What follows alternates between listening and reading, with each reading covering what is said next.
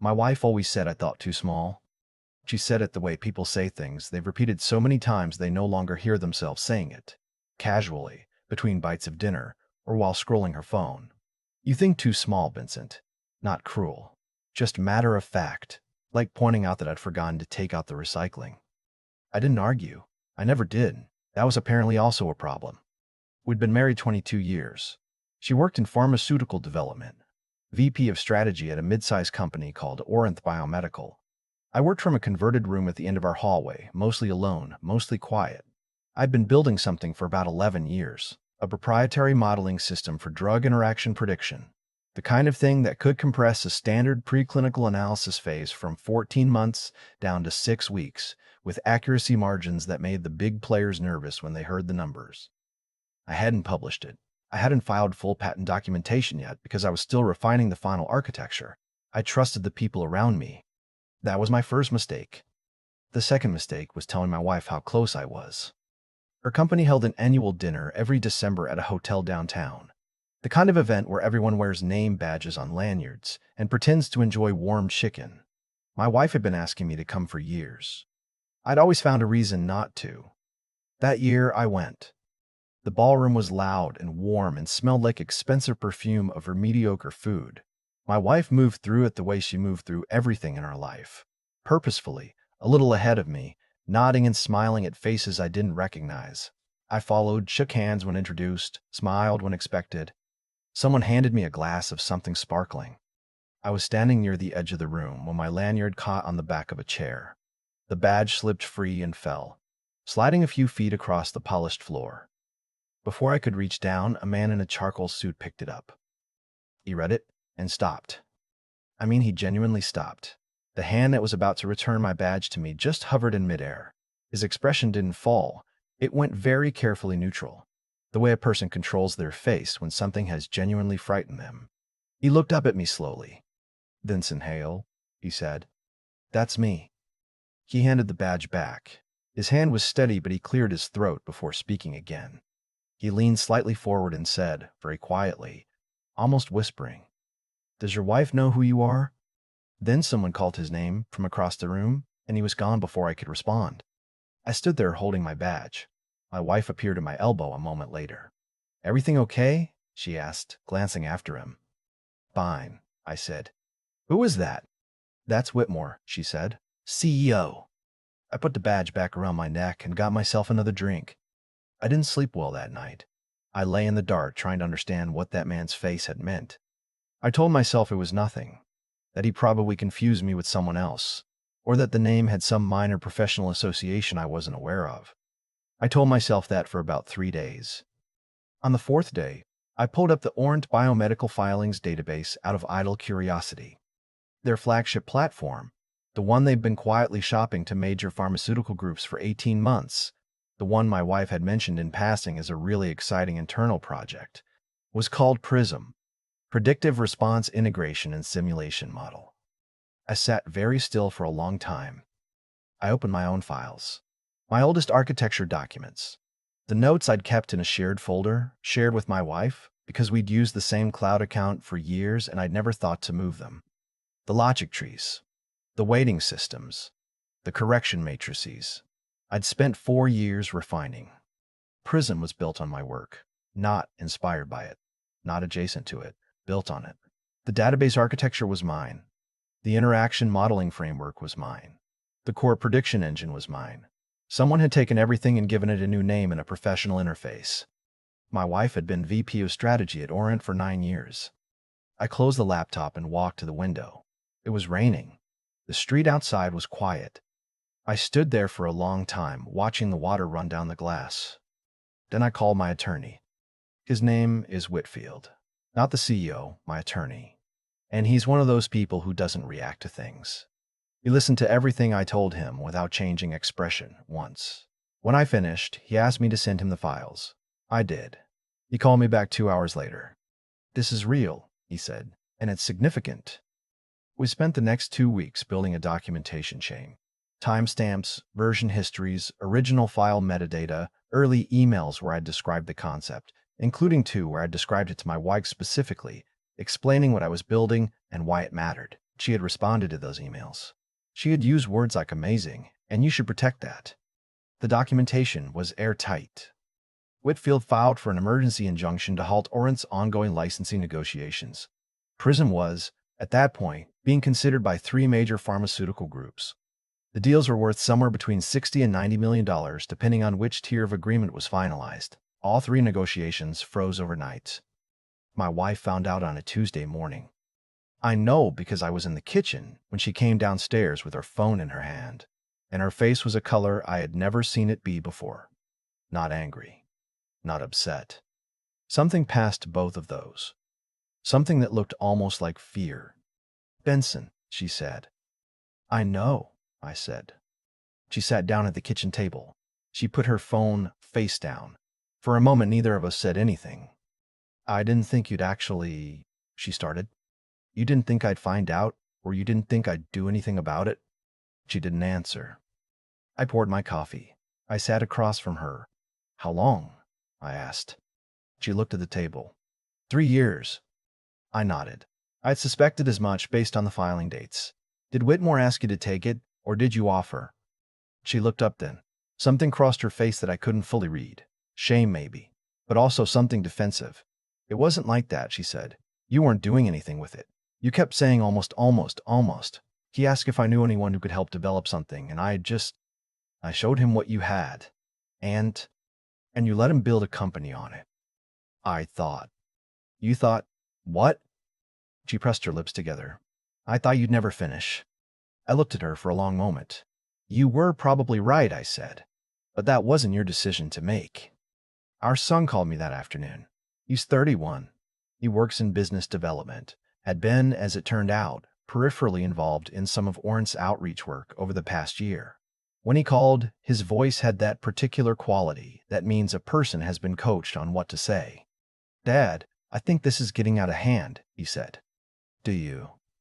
"You have to understand what's at stake here. Mom could lose her position. The whole company could be affected. There are people there who have nothing to do with any of this, and they're—" "Son," I said, "did you know?"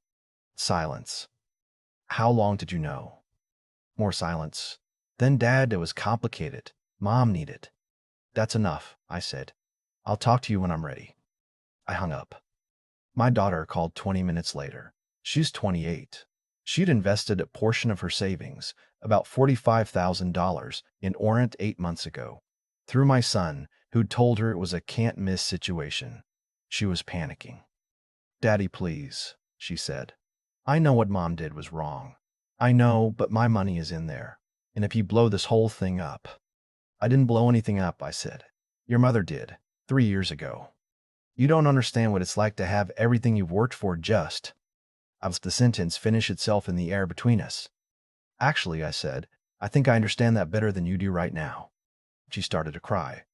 Then she stopped crying and got angry.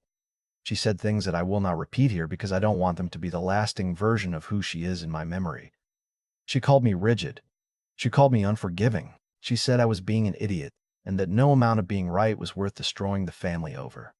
She said, "If you keep pushing this, I will hire my own attorney." I said, "That's your right." And I ended the call. I sat in my office for a long time after that. The rain had come back. My desk was covered in printed documents. Whitfield's documentation chains, the technical comparison reports, the estimated valuation reports, numbers that should have meant something. $60 million. 11 years of work. My name on none of it. I thought about the last 22 years. The dinners I'd made because my wife got home late. The weekends I'd spent at the desk while she went to work events I was always too antisocial to attend. The time she'd rolled her eyes when I tried to explain what I was building. "You think too small, Vincent." I thought about how I'd described the interaction modeling to her, enthusiastically, probably, the way I described everything I was genuinely excited about. I could picture her face, patient, slightly distracted, nodding. "Amazing. You should protect that." She'd been taking notes. Whitfield called me that evening to walk me through our options. The injunction had held. Orent's attorneys wanted to negotiate. Whitmore himself had reached out through a third party, signaling that the company was open to resolution. That was the word they used. Resolution. Resolution. "What do we have?" I asked. Everything, Whitfield said. The timestamps are unimpeachable. If this goes to litigation, they lose, and they know it. We're looking at full IP attribution, retroactive licensing fees on anything already deployed, a percentage of any future licensing revenue, and potentially compensatory damages depending on how aggressive you want to be. What would aggressive look like? He told me. It would mean my wife's termination for cause. It would mean a finding of willful misappropriation that would follow her professionally for the rest of her career. It would mean the company's 3 pending deals would likely collapse entirely because the acquiring parties would walk away from anything with that kind of legal clout over it. It would mean my daughter's $45,000, already diluted by the halt in negotiations, would probably be worth next to nothing. It would mean burning it all down. I asked him to give me the weekend. I drove out to the coast on Saturday morning. I'd grown up near the water, and I still went back when I needed to think. I sat on a bench above the beach for most of the afternoon, watching the fog move in and out, thinking about what I actually wanted. Not what I was owed, not what I could prove, what I wanted. The honest answer surprised me. I didn't want to destroy or rent. I didn't want to watch my wife's career disintegrate in a courtroom. I didn't even, and I had to sit with this for a long time before I could admit it, I didn't even want to punish my children. Not really. Not in any lasting way. What I wanted was for someone to look me in the eye and say, "We knew who you were, and we chose to take from you anyway. And we are sorry." Not a settlement. Not a negotiating position. Just the truth, acknowledged. I drove home and called Whitfield on Sunday night. "Set up a meeting," I said. "All parties. I want Whitmore there, and I want my wife there, and I want our children there if they're willing. I want to hear what they say when there's no more running room." "And your position going in?" "I'll know it when I hear them." The meeting was held in Whitfield's conference room on a gray Thursday morning. My wife arrived with Oren's legal team. Whitmore sat across the table from me, and I could see, now that I was looking for it, the way he'd looked at me that night in the ballroom. Not guilty. Calculated. The look of a man who decided someone else's thing was available for the taking. My son came. My daughter did not. Whitmore spoke first. He gave a version of events in which my wife had shared some foundational concepts, and the company had invested significantly in development. And perhaps there were questions around attribution that could be resolved in a way that was mutually beneficial. He used the word collaborative 4 times. He never once used the word sorry. I waited until he finished. Then I looked at my wife. She was sitting very straight, her hands folded on the table, looking at a point somewhere past my shoulder. I waited until she looked at me. "Did you know what you were taking?" I asked. The room was very quiet. "Yes," she said. "Did you think I'd find out?" She held my gaze. "I thought by the time you did, it wouldn't matter." Whitmore made a sound like he was about to redirect the conversation. Whitfield put a hand on the table in a way that stopped him. "Why?" I asked her. For the first time since all of this had started, her composure cracked. Not dramatically, just at the edges. Something real came through. "Because I'd watched you work on it for 10 years, and I believed in it more than you did," she said. "And I didn't think you'd ever take the step, and I was afraid that something I knew was extraordinary was just going to sit in a folder forever. So you took the step for me." I thought. Without telling me, without asking, without giving me the chance to decide. She looked down at her hands. "Yes." I sat with that for a moment. The room waited. "Here's what I'm willing to do," I said. I had thought about it all weekend. I told them, full IP attribution, retroactive and going forward. My name on the patent filings, correctly and completely. A licensing structure that gave me 30% of all revenue Prism generated in perpetuity. Whitmore and my wife to step back from any direct oversight of the platform's development going forward. Not terminated, not publicly humiliated, just removed from that specific work. The pending deals could proceed. Orenth could survive. My daughter's investment would recover. In exchange, no litigation, no public filing of wrongdoing, no press release, just a correction of the record, quietly and completely. Whitmore's attorney started to counter. I let Whitfield handle it. By noon, the broad terms were agreed. My son had sat through the entire meeting without speaking. As people were gathering their things to leave, he stopped beside me. "Dad," he said, "I'm sorry. I should have told you." I looked at him. He was nervous and ashamed, and I could see that it was real. "I know," I said. "We'll talk." My wife and I separated. 3 months after that meeting. It wasn't angry. It was quiet and very sad, and I think we both knew that the marriage had ended somewhere before that December dinner, that the badge falling was only the moment we stopped pretending. She called me the night she signed the final paperwork. She didn't say much. She said she was sorry, not about the company. She'd already said that, but about the 22 years. About the you think too small. About all the ways she'd looked past what was right in front of her and decided it wasn't enough.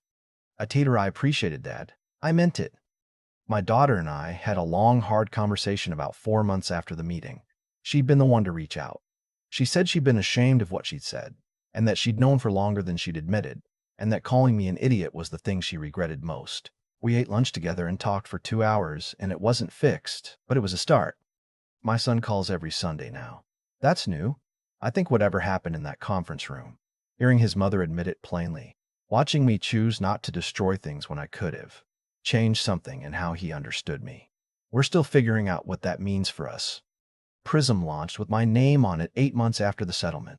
Nobody in the industry made a public fuss about the attribution correction. These things happen quietly when lawyers are involved. But the people who understood the work knew. I started getting calls I'd never gotten before. Invitations to speak. Requests to consult. Someone from a research university asked if I'd be willing to talk about the modeling framework for a graduate seminar. I went. I sat in a room full of people who asked real questions. And I talked about the work. And at one point, a doctoral student said, "This is genuinely one of the most elegant systems I've seen. How long did it take you to develop it?" "About 11 years, I said. She nodded seriously, the way people who understand difficult work nod.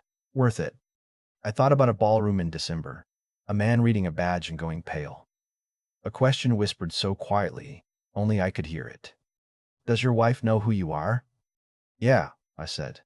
"I think it was." I used to think the hardest part of what happened was discovering the betrayal. It wasn't. The hardest part was sitting at that kitchen table across from my wife, watching her admit it plainly, and realizing she wasn't wrong about me in the way I wanted her to be. She said she didn't think I'd ever finish. And the truth is, she may have been right. I don't know that I would have. I've been living inside the work for so long that finishing felt almost beside the point. The building of it was where I lived. The completion was something I kept pushing just a little further out. That doesn't make what she did forgivable, but it made me reckon with something I'd been avoiding for years, that being right isn't the same as being present. That doing good work in silence and expecting the people around you to simply trust in it, that's not integrity. That's avoidance dressed up as patience. What Whitmore did was calculated. He saw something valuable and decided the person it belonged to wasn't paying enough attention to protect it. That's not a moral failing I can explain away. It's a choice, and choices like that have weight that follows a person. The filing corrections, the attribution, the licensing terms, none of that came because he suddenly grew a conscience. It came because the documentation was airtight and the alternative was worse. The consequences arrived not from fate, but from the simple fact that I had kept records, kept dates, kept emails. Diligence is its own form of protection. My son knew and said nothing. My daughter knew and said nothing until her money was at risk. That stings in a way that's different from what my wife did. Quieter, more lasting. But I've watched both of them since.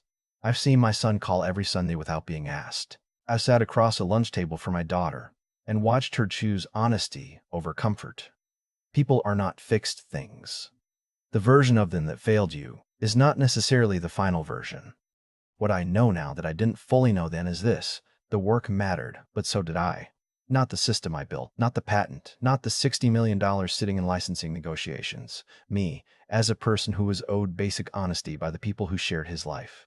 You can spend a decade building something extraordinary and still deserve to be seen clearly by the people closest to you. Those two things aren't in competition. I think about that doctoral student who asked if it was worth it. 11 years. Was it worth it? And I said yes, but what I meant was more complicated than a single word. It was worth it because the work was real. It was worth it because I didn't destroy things when I could have. It was worth it because on the other side of all of it, I understood something I couldn't have learned any other way. That the clearest measure of who you are isn't what you build or what you're owed, or even what you survive. It's what you choose to do with the running room when you finally have it. I had every justification to burn it down. I chose not to. That choice cost me something. It also gave me something back that I can't quite name. Something that feels, on most mornings, like enough.